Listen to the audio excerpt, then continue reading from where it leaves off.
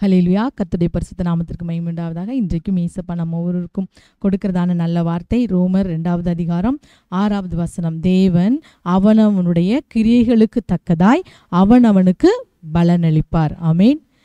உங்களுக்கு பலன் எப்படி வரும்? நீங்கள் செய்கிற கிரியைகள்னால தான். கிரியைனா செய்கைகள். இங்கே என்னென்ன செய்கைகளை செய்கிறீங்களோ அதற்கு தக்க பலன் தான் வரும். இன்றைக்கு அநேகருடைய விசுவாசம் எப்படிப்பட்டதுன்னா, ஏசப்பா அவருடைய பிள்ளைகளுக்கு எல்லாத்தையும் கொடுப்பார் என்று சொல்லி எல்லாத்தையும் தான் கொடுப்பார். ஆனால் அவங்கவுங்க கிரியைக்கு தக்கதாக தான் பலனை அளிப்பாராம். அவங்க கிரியை கர்த்தரை தேடுறதா இருந்தால் கர்த்தரை தேடுகிறவர்களுக்கு ஒரு நன்மையும் குறைபடாது என்ற வார்த்தையின்படி குறைவில்லாத ஆசீர்வாதத்தை கொடுப்பார். ஆனால் தேடவே மாட்டேன், ஆனால் ஏசப்பா எனக்கு நன்மை செய்வார்ன்றா இல்லவே இல்லை. அந்த வசனத்தில் நீங்கள் பார்த்தீங்கன்னா, கிரியைக்கு தக்கதாய் அவனவனுக்கு பலன் அளிப்பார். அவர் அளிக்கும் பலன் அவரோடு கூட நம்மிடத்திலே இறங்கி வருகிறதாம். 7வது வசனத்தில், சோர்ந்து போகாமல் நற்கிரியைகளை செய்து மகிமையும் கனத்தையும் அழியாமையும் தேடுகிறவர்களுக்கு நித்திய ஜீவனை அளிப்பார். கிரியைகளை நம்ம எப்படி செய்யணும்? சோர்ந்து போகாமல் நற்கிரியைகளையும் மகிமையும் கனத்தையும் அழியாமையும் தேடணும். இன்றைக்கு சில காரியத்தை செய்யும்போது அதுக்கான ஒரு பாராட்டு கிடைக்கலன்னு வச்சுக்கோங்களேன், சிலவங்களுக்கு என்ன வந்துடும்? சோர்வு வந்துடும். நம்ம எவ்வளோ நல்லது செய்தோம், நமக்குள்ள ஏதாவது ஒரு பாராட்டுறாங்களா? ஆனால் மற்றவங்களை பாருங்கள், ஒன்றுமே செய்ய முடியாங்க, அவங்களுக்கு தலையில் தூக்கி வச்சு ஆடுறாங்களே.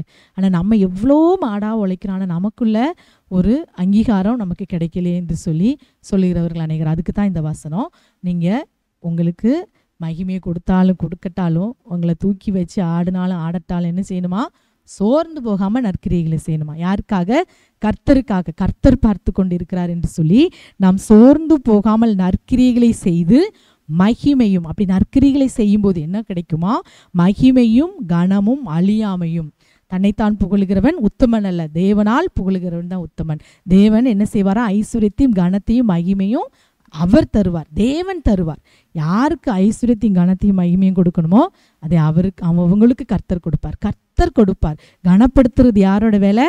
கர்த்தருடைய வேலை. மனுஷங்களுடைய கனத்தை நீங்கள் விரும்பவே விரும்பாதீங்க. மனுஷங்க அவங்களுக்கு வேணும்னா நம்மை தூக்கி வச்சு பேசுவாங்க.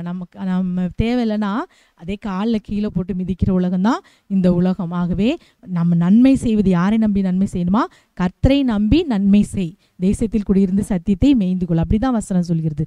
நாம் கர்த்தரை நம்பி நன்மை செய்ய வேண்டும். மனுஷங்களுக்கு இந்த நன்மை செஞ்சால் நாளைக்கு செய்வாங்க, அப்படி அல்லவே இல்லை. நாம் இந்த வார்த்தையின்படி அவர் நமக்கு பலனளிக்கிற தேவன், நம்முடைய கிரியைக்கு தக்கலாய் பலனளிக்கிறவர். சோர்ந்து போகாமல் நற்கிரியைகளை செய்தால் மகிமையும் கனத்தையும் அழியாமையும் கட்டாயம் தருவார். நீங்கள் நன்மை செய்வதில் சோர்ந்து போகாதீங்க. இதுவரை நீங்கள் செஞ்சிட்டு இருக்க இந்த நன்மையை தொடர்ந்து செய்யுங்க. யார் மனுஷங்க புகழ்ந்தாலும் இகழ்ந்தாலும் பிரச்சனையே இல்லை. கர்த்தர் பார்த்துட்டு இருக்கிறார். அவர் காலாகாலத்தில் பலன் அளிப்பார்.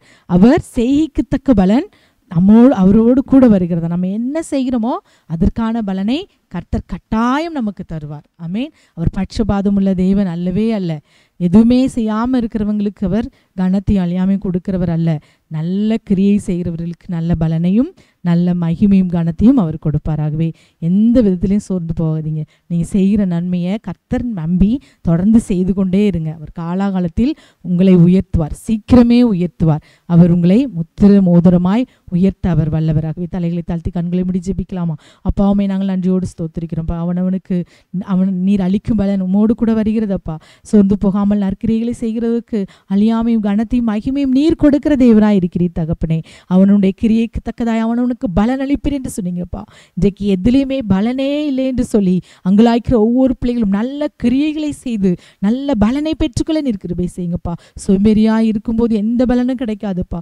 உற்சாகமாய் கைகளினால் பிரயாசப்பட்டு பாடுபடும் போதே நல்ல பலனை கொடுக்கிற தேவன் என்பதை அறிந்து உணர்ந்து கொண்டு கைகளினால் நலமான வேலை செய்து நல்ல பலனை பெற்றுக்கொள்ள இந்த நாளில் நிற்கிறபே செய்யுங்க. ஜெபிக்கிற ஒவ்வொரு பிள்ளைகளையும் உற்சாகத்தின் ஆவியானவர் தாங்கி எல்லா வேலைகளையும் சுறுசுறுப்போடு செய்ய அப்பா நீர் கிருபை செய்யுங்கப்பா. சோர்ந்து போகாமல் நற்கிரியைகளை செய்யக்கூடிய பலனையும் அபிஷேகத்தையும் அக்னியும் இந்த நாளில் ஒவ்வொரு பிள்ளைகள் மேலும் ஊற்றுங்க தகப்பனே.